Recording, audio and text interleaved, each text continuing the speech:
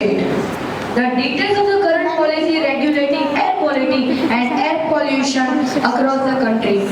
Whether the government has enacted stringent laws to control air pollution levels and penalize or punish violators of the said rules. And, Honorable Speaker Sir, I would also like to ask whether the government purposes to provide any uniform limits across the country as per standards of the World Health Organization and it.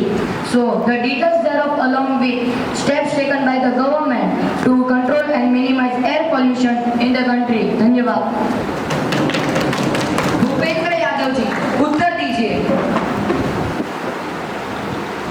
Statement referred to in reply to para section A to C for regrading policy on air pollution raised by Shri Bhimrao Baswantrao Patil, Honorable Member of Parliament.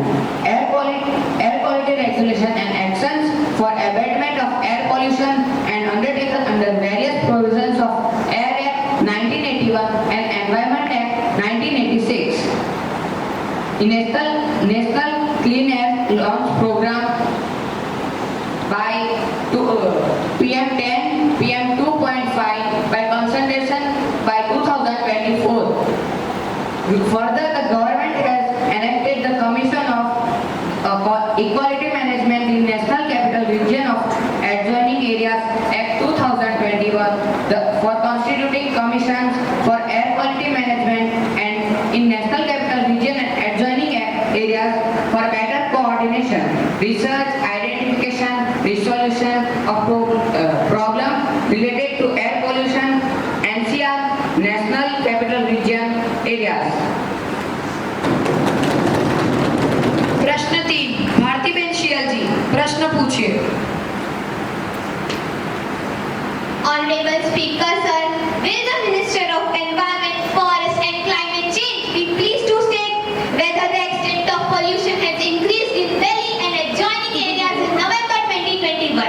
If so, whether the government has examined the causes? If so, the details thereof, the steps taken by the Union Government and NCT of Delhi to check the alarming pollution of NCR and Delhi. If so, the details thereof, whether the Honorable Supreme Court has issued any directions in this regard. If so, the details thereof and action taken thereon. Whether the problem of pollution reoccurs during these days each year. If so, the steps taken to prevent such reoccurrence in future. धन्यवाद। अश्विनी कुमार चौबे जी, उत्तर दीजिए।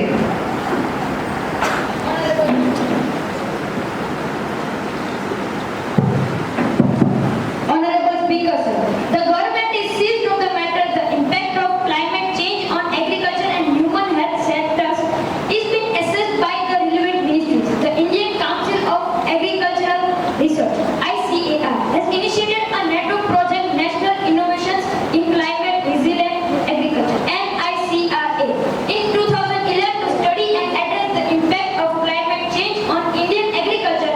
As per as the studies under agriculture, NICRA rice yields in India are projected to reduce marginally by 2.5% in 2050 and 2080.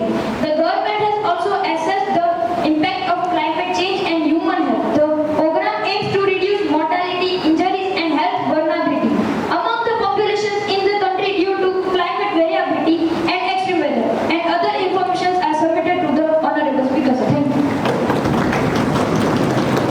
प्रश्न 4 नवनीत कौर जी, प्रश्न पूछिए।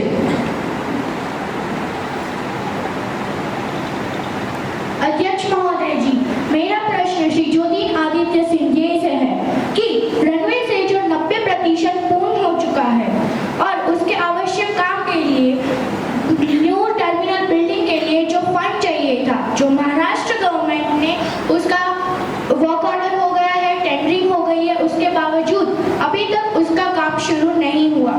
Covid के दौरान उन्होंने पूरा fund Maharashtra सरकार ने कोविड में इस्तेमाल कर लिया। तो मैं आपसे जानना चाहती हूँ कि उड़ान स्कीम में ये एयरपोर्ट आता है, तो हम 2 साल पहले ही पीछे चल रहे हैं और डिवीजन का हेडक्वार्टर हमारा अमरावती है, जहाँ पर बिजनेस हब है। अगर आपने देखा हो तो पूर्ण सिटीलैंड, बिजलैंड और विद्यार्थी और पढ़ाई के लिए बड़े हॉस्पिटल और जॉब होगा। तो सर मैं आपसे विनती करती हूँ को आपको इस बारे में जो चीजें चाहिए थी महाराष्ट्र के ये डिपार्टमेंट से आपको दे दी गई है, पूरी इंफॉर्मेशन दे दी गई है, तो आप कब फंड रिलीज करेंगे मैं आपसे विनती करती हूँ। धन्यवाद। ज्योतिरादित्य सिंधिया जी उत्तर दीजिए। अध्यक्ष महोदय, यह प्रश्न के संदर्भ के साथ नहीं है क्योंकि प्रश्न एयर बबल्स पर है, अंतर्राष्ट्रीय आवागमन पर है। लेकिन अपनी तरफ से माननीय सदस्यों को कहना चाहता हूँ कि आप जरूर आकर मुझसे मिले और अमरावती की एक बहुत प्राथमिकता केवल महाराष्ट्र में नहीं है लेकिन पूरे देश में है।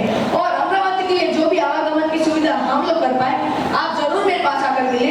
हम दोनों चर्चा करके देख लेंगे कि भविष्य का क्या रास्ता हमें अपनाना होगा। बहुत बहुत धन्यवाद। प्रश्न 5 श्री रमेश पिदुरी जी प्रश्न पूछिए।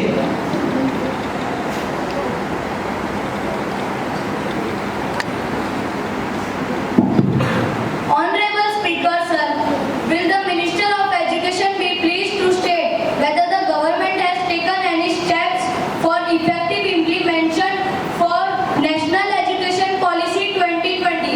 If so, the details thereof. Whether any special guidelines, directions have been issued to state union territories regarding the policy, and if so, the details thereof. Thank you. Shri Dharmendra Pradhan जी उत्तर दीजिए। As per the National Education Policy 2020, implementation of policy requires multiple initiatives as well as actions, which will be taken by different regulatory bodies in a synchronized and systematic manner. The policy provides different timelines and guidelines and methodology for its implementation. Accordingly, Ministry has attended to all its implementing agencies, regulatory bodies, state or union territory governments, other stakeholder ministries and departments for taking steps of implementation of NEP 2020 and in pursuance of the goals and objectives of NEP 2020 to assist states, union territories and other organizations in this task. Thank you. प्रश्न 6 श्री मणिकम टैगोर जी प्रश्न पूछिए। क्या योजना मंत्री ये बताने की कृपा करेंगे कि क्या ये सच है कि सरकार ने देश में अवसंरचना से संबंधित परियोजना को गति देने के लिए प्रधानमंत्री गति शक्ति नामक एक परियोजना का आरंभ किया था? क्या यह भी सच है कि देश में वर्तमान में चल रही अवसंरचना संबंधी परियोजनाएं रुकी हुई है क्योंकि सरकार द्वारा सक्रिय कदम न उठाए जाने के कारण उनकी लागत में वृद्धि हो गई है? यदि हाँ, तो सरकार द्वारा वर्तमान में चल रही लंबित परियोजना को समयबद्ध तरीके से पूरा करने के लिए क्या कदम उठाए गए हैं और रुकी हुई परियोजना के संबंध में आयोजित की गई समीक्षा बैठकों में प्राप्त प्रतिक्रिया क्या है और सरकार द्वारा समाधान हेतु क्या कदम उठाए गए हैं? धन्यवाद। श्री इंद्रजीत सिंह जी उत्तर दीजिए। जी हाँ, अधिक कार्य संबंधी मंत्रिमंडल समिति ने 21 अक्टूबर 2021 को हुई अपनी बैठक में विभिन्न अधिक क्षेत्रों को मल्टी मॉडल कनेक्टिविटी इंफ्रास्ट्रक्चर प्रदान करने के लिए पीएम गति शक्ति राष्ट्रीय मास्टर प्लान तैयार करने के प्रस्ताव को मंजूरी प्रदान की। धन्यवाद। We end with the question now. Now let us see the presentation of some important aspects of budget by the finance minister and the other discussion and comments on that by the other ministers. Nirmala Sitharaman ji.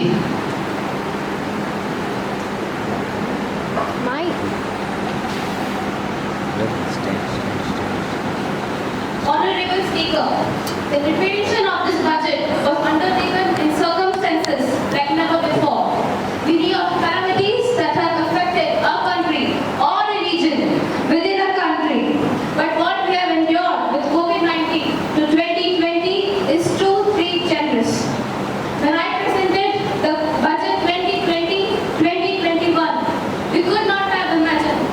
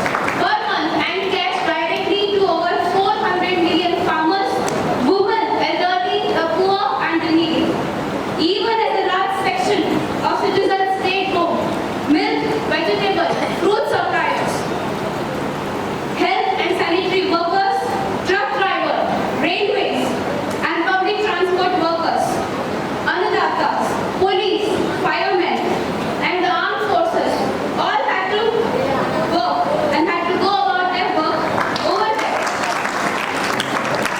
But with the additional anxiety of the virus hanging over them, we recognize this, and I think I speak on everybody in this house when I express my heartfelt gratitude to these men and women who were able to carry out their work and duties to provide for the nation basis over those crucial months. Speaker sir, the public for public goods, the honorable member of parliament and the member of legislative assembly do offer their salaries. In May 2020, Speaker sir, the government announced the Atmanirbhar Bharat package to sustain the recovery of further into the year. We also rolled out 2 more Atmanirbhar packages, 2 and 3 total financial impact of all the Atmanirbhar packages, including measures taken by the RBI. Were estimated to be around 27.1 lakh crores, which amount to more than 30% of our GDP. Speaker sir, as the government, we kept a watch on situation and are proactive in our responses. The government led by the Prime Minister sir stretched its resources to the poorest, for the most vulnerable section of our society, the Dalits, the tribals, the migrant workers and our children. The Pradhan Mantri Garib Kalyan Yojana. The 3 Atmanirbhar packages and announcements made later were expired many budgets in themselves.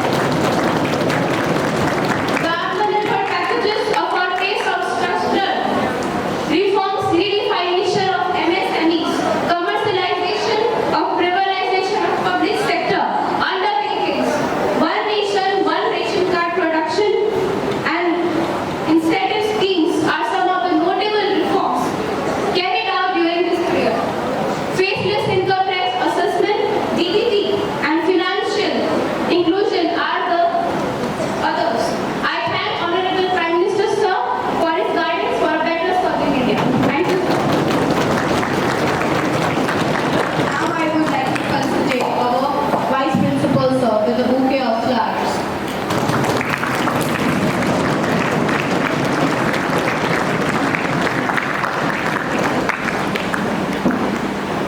Shri Arvind Kejriwal ji.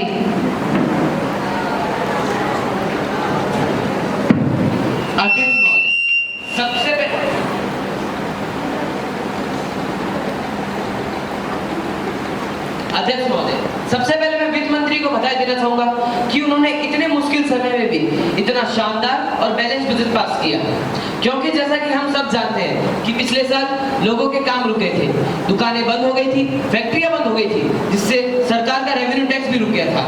और इन सब का जिम्मेदार सरकार होने के कारण हमें जगह जगह खाने पीने की व्यवस्था करनी पड़ी और इस वजह से सरकार के खर्चे बढ़ गए और आय बिल्कुल खत्म हो गई।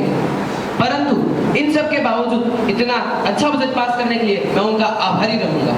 तब कई लोग कहते थे और कई पत्रकार भी कहते थे कि अब बिजली की सब्सिडी बंद करनी पड़ेगी, अब पानी की सब्सिडी बंद करनी पड़ेगी।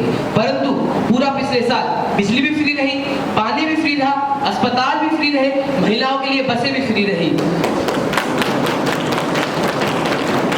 इतने कठिन समय में भी जनता को यह सारी सुविधाएं उपलब्ध कराने के लिए मैं उन्हें बधाई देता हूं।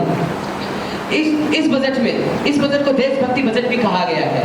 इस बजट में यह कहा गया है कि हम पूरी दिल्ली भर में 500 तिरंगे लहराएंगे। परंतु मुझे यह समझ में नहीं आ रहा है कि जब से यह ऐलान किया गया है तब से बीजेपी और कांग्रेस वाले इसका विरोध क्यों कर रहे हैं। इसमें विरोध करने वाली क्या बात है? अच्छा कदम है, साथ देना चाहिए, तारीफ करनी चाहिए। अध्यक्ष महोदय, देशभक्ति के ऊपर राजनीति नहीं होनी चाहिए। देश तो हमारा सबका है, बीजेपी का है, कांग्रेस का है, आम आदमी पार्टी का है, हम सबका है। केंद्र सरकार ने जब अच्छे कदम लिए हैं तब तक हमने उनका दलगत राजनीति से ऊपर उठकर सहयोग किया है। प्रधानमंत्री जी ने जब स्वच्छ भारत अभियान का ऐलान किया था तब हम एक बस्ती में जाके झाड़ू लगाए थे। प्रधानमंत्री जी ने जब योगा का ऐलान किया था तब हम खुद इंडिया गेट जाके योगा किए थे। हमारा जब देश आता तो हमारे लिए कोई बीजेपी नहीं, कोई कांग्रेस नहीं, हमारे लिए हमारा देश है भारत माता। तो जब हमने कहा कि हम तिरंगे फहराएंगे तो इसमें विरोध क्यों हुआ?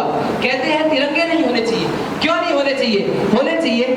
हमारा देश का तिरंगा अब भारत में नहीं फहराएगा तो क्या पाकिस्तान में फहराएगा? हमारे देश का तिरंगा अब दिल्ली में नहीं फहराएगा तो क्या इस्लामाबाद में फहराएगा? Please maintain the decorum of Lok Sabha.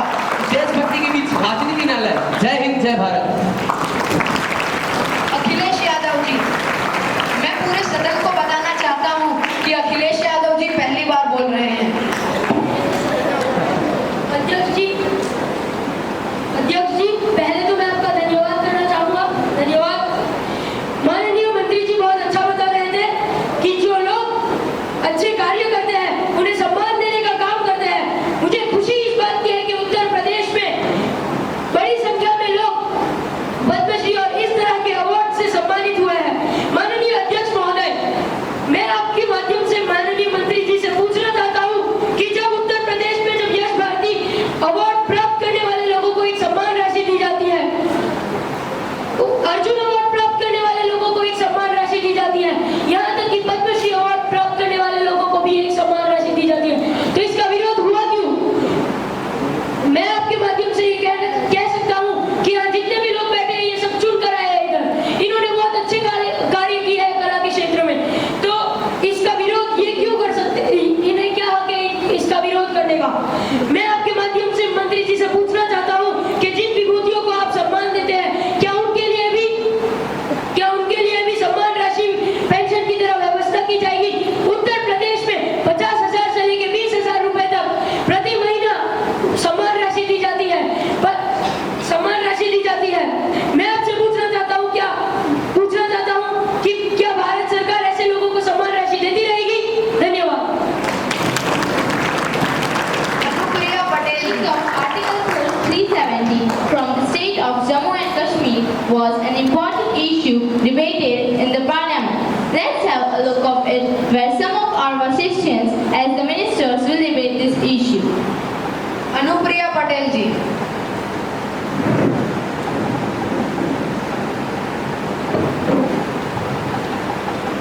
माननीय अध्यक्ष जी, हम छोटे गण के हैं, हमारा नंबर बाद में आता है, लेकिन बड़े गण के लोगों को इस तरीके से हमारा समय व्यर्थ करने का जरा भी हक नहीं है। आप हमारा समय मत खाइए। माननीय अध्यक्ष जी, माननीय गृह मंत्री जी ने आर्टिकल 376 को खत्म करने का जो संकल्प प्रस्तुत किया है, मैं उसके समर्थन में अपनी बात रखने के लिए खड़ी हुई हूँ। जो संकल्प प्रस्तुत किया है और जो साथ में दो महत्वपूर्ण भी बदलाव लेकर आए हैं, जम्मू और कश्मीर राज्य पुनर्गठन विधेयक और जम्मू और कश्मीर राज्य आरक्षण विधेयक, वे दोनों ही बहुत अच्छे हैं, लेकिन संकल्प और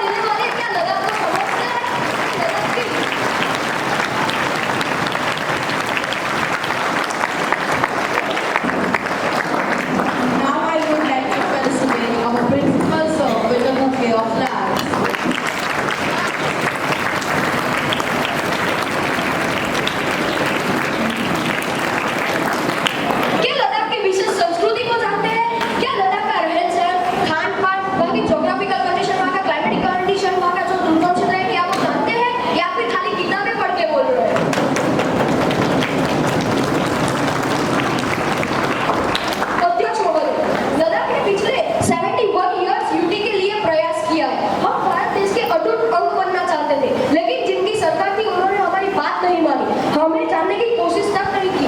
और आज तक हमारा कश्मीर के नीचे हमारा डेवलपमेंट, हमारा पॉलिटिकल एस्पिरेशन, हमारी भाषा अगर लुप्त हुआ है, ये तो सिर्फ आर्टिकल 370 और कांग्रेस पार्टी की जिम्मेदारी है।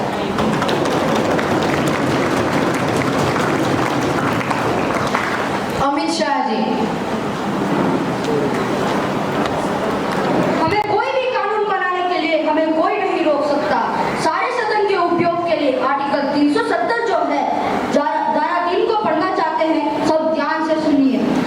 Notwithstanding anything in the foregoing provisions of this article shall cease to be operative or shall be operative only with such exceptions and modifications and from such date as we may specify।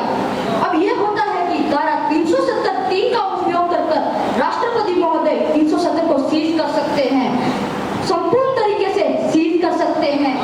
महोदय ये notification, मगर उसमें rider डाला गया, provided that the recommendation of constituent assembly of the state refer to in clause shall be necessary before the president issue such as notification. महोदय ये notification निकल सकता है जब जम्मू और कश्मीर की कॉन्स्टिट्यूएंट असेंबली का अनुशासन और राष्ट्रपति महोदय के जो अधिकार हैं, जम्मू और कश्मीर की कॉन्स्टिट्यूएंट असेंबली के अनुशासन को मादी करने का एक राइटर संविधान में लगाया है। धन्यवाद। मनीष तिवारी जी, माननीय गृह मंत्री जी ने धारा 370(3) का जो प्रोविजन है वो उन्होंने पढ़ा।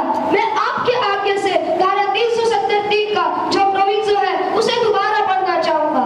Provided that the recommendation of the Constituent Assembly of the state referred to in clause shall be necessary before the President issues the notification। ये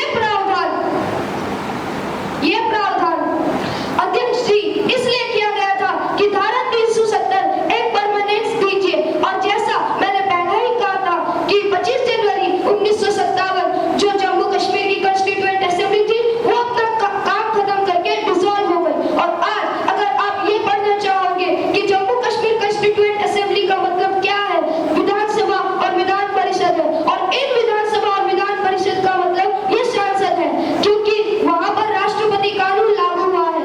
ये एक संविधान में मैं बहुत ही अदब के साथ कहना चाहूंगा कि बगैर जो कॉन्स्टिट्यूएंसी एग्जिट नहीं करता है, आप 370 को खारिज नहीं कर सकते।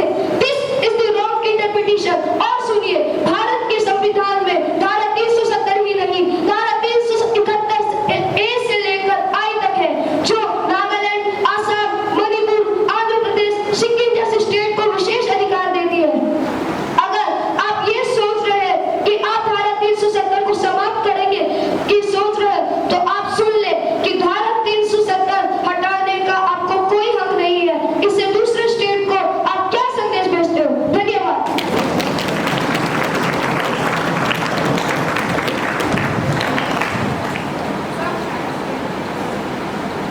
Sometimes in special situations of some important ministers or the chief ministers of the states also get their voice in the parliament. Now let's watch it as the speech of Shri Yogi Adityanath ji, the chief minister of Uttar Pradesh, and some other ministers.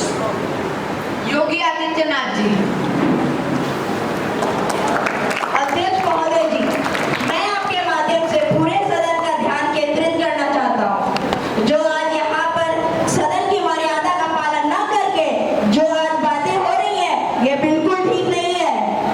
Ayodhya में 3 तरह की परिक्रमा होती है, पंचकोशी, 14 कोशी और 84 कोशी। और महोदय, उसी परंपरा के अनुसार देश के 10,000 संतों ने 84 कोशी परिक्रमा हेतु इस यात्रा का कार्यक्रम तय किया था। महोदय, मैं स्पष्ट कर देना चाहता हूँ कि अयोध्या में से राम जन्मभूमि, जिस पर उच्च न्यायालय इलाहाबाद ने खंडपीठ के निर्णय के बाद आदेश दिया था, उससे 25 से 30 किलोमीटर दूर बस्ती जनपद के मुखौड़ा नामक स्थान, जहाँ पर महाराज दशरथ ने पुत्रेष्टि किया था, उस स्थान से इस परिक्रमा की प्रारंभ हुई थी। धन्यवाद। हुकुमदेव जी,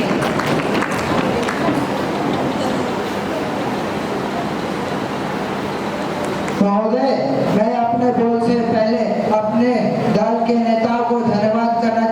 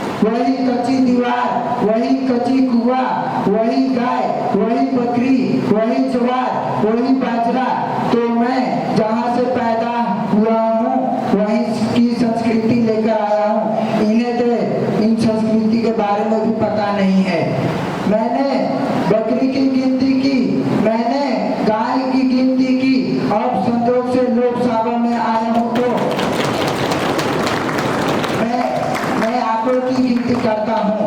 अब मेरे जैसा आदमी की बकरी गिनूं की भैंस गिनूं की डेफिशिएंट गिनूं,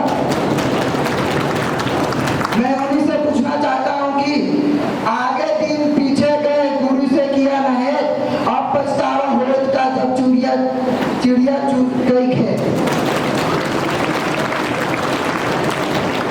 जिस समय गांव को देखना था, किसान को देखना था, मजदूर को देखना था, गरीब को देखना था, तब उनकी ध्यान तो कहीं और चली गई थी। मैं धन्यवाद देता हूं प्रधानमंत्री जी को, कुछ योजना ऐसी आई है जिससे सबका विकास हुआ है। धन्यवाद। When the opposition strongly feels that the government is not working as per the expectations of people and people are also not happy with the government, the opposition requests a no confidence motion in the parliament. In such case, the ruling party has to prove its majority in the parliament. Now let's have some glimpse of the no confidence motion when INC and its alliance demanded from the Modi government to prove its majority. Shri Rahul Gandhi ji.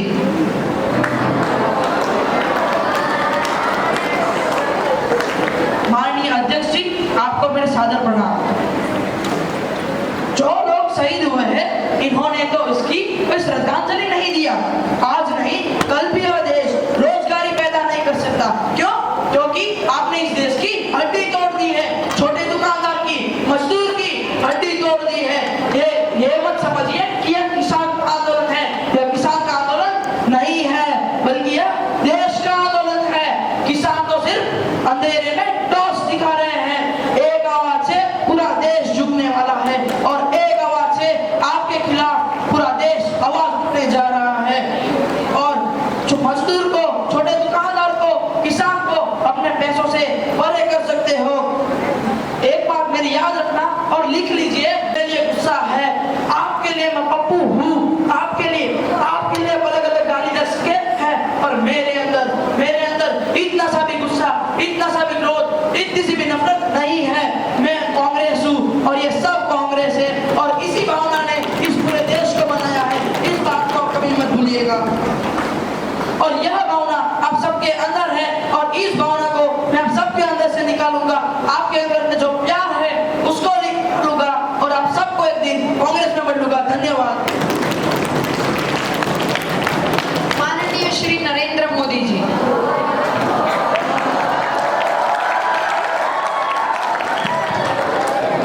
ये सार्वजनिक चर्चा होती है कि हम सरकारों को काम नहीं करते, हम लोगों की बातें नहीं सुनते।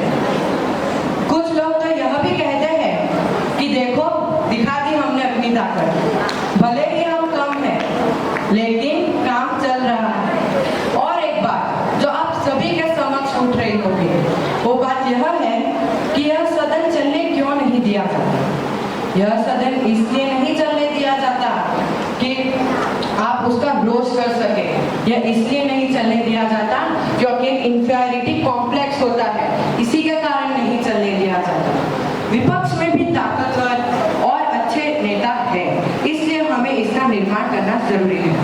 अब इनका विरोध बहुत ज्यादा बढ़ चुका है कि सदन नहीं चलना चाहिए, पर इन्हें यह बात का बिल्कुल भी ज्ञात नहीं है कि अगर सदन चलेगा तो इन्हें बोलने का मौका मिलेगा, अगर सदन चलेगा तो इन्हें बात रखने का मौका मिलेगा, अगर इनकी बात रखी जाएगी तो इनकी जयकार होगी।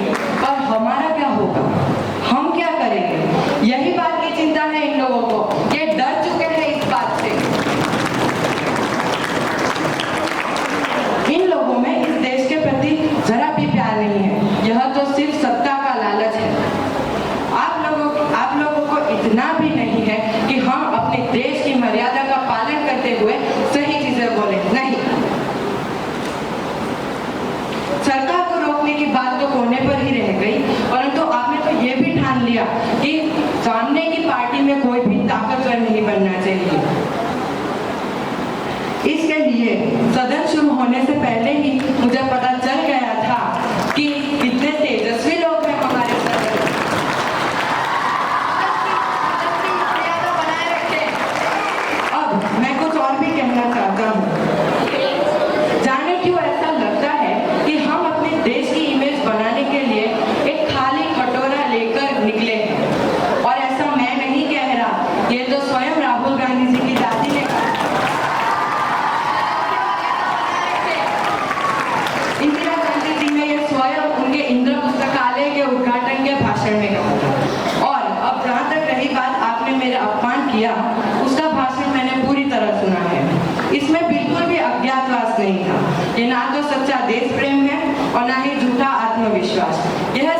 अहंकार है। मोदी हटाओ का अहंकार है। राहुल गांधी सर्वश्रेष्ठ है, इसका अहंकार है। मोदी लोगों की अच्छाई के लिए था, लोगों की अच्छाई के लिए है और लोगों की अच्छाई के लिए ही रहेगा। धन्यवाद। I hope you all have enjoyed it and also learned some lessons. Lastly, I would like to say the objective of performing the mock parliamentary activity to make the students understand the process, to consider the publications and also to train the students the technique of group discussion. Now I would like to call Principal Sir for a speech.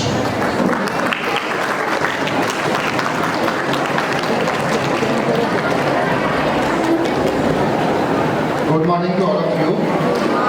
We have a very interactive session. I was downstairs, board exam is going on downstairs, and it was such a good, these speeches were coming which tempted me to come over here. I regret that I was late. I could not hear the other speakers. So it was the mock parliament session, and some of these speakers, they have spoken very well, and they were looking like our honorable Prime Minister or Modi ji or Amit Shah or so and so, and so good costumes also. But one thing I noticed that the majority of the speakers, they were reading. That should be avoided. Except our honorable Prime Minister, majority of them, they have tried to read from the papers. And when you are going to speak, let it be the morning assembly or let it be any type of program, reading from a paper doesn't sound well. It doesn't give a good impact. It also not able to control your in a good way your body language also. So as far as possible, you have 1 minute, 2 minutes, 3 minutes speeches. That should be prepared well, and the paper reading should be avoided. I am again repeating, whenever you have any public program, whenever you are speaking anything publicly, there are certain information where you require a paper. For example, you are reading news or something like this, you may require a paper over there. But the other parts where you are going to speak, it should be without paper. And once you are speaking without paper, definitely it is going to bring a good confidence in you. So see to it that you are not using any paper.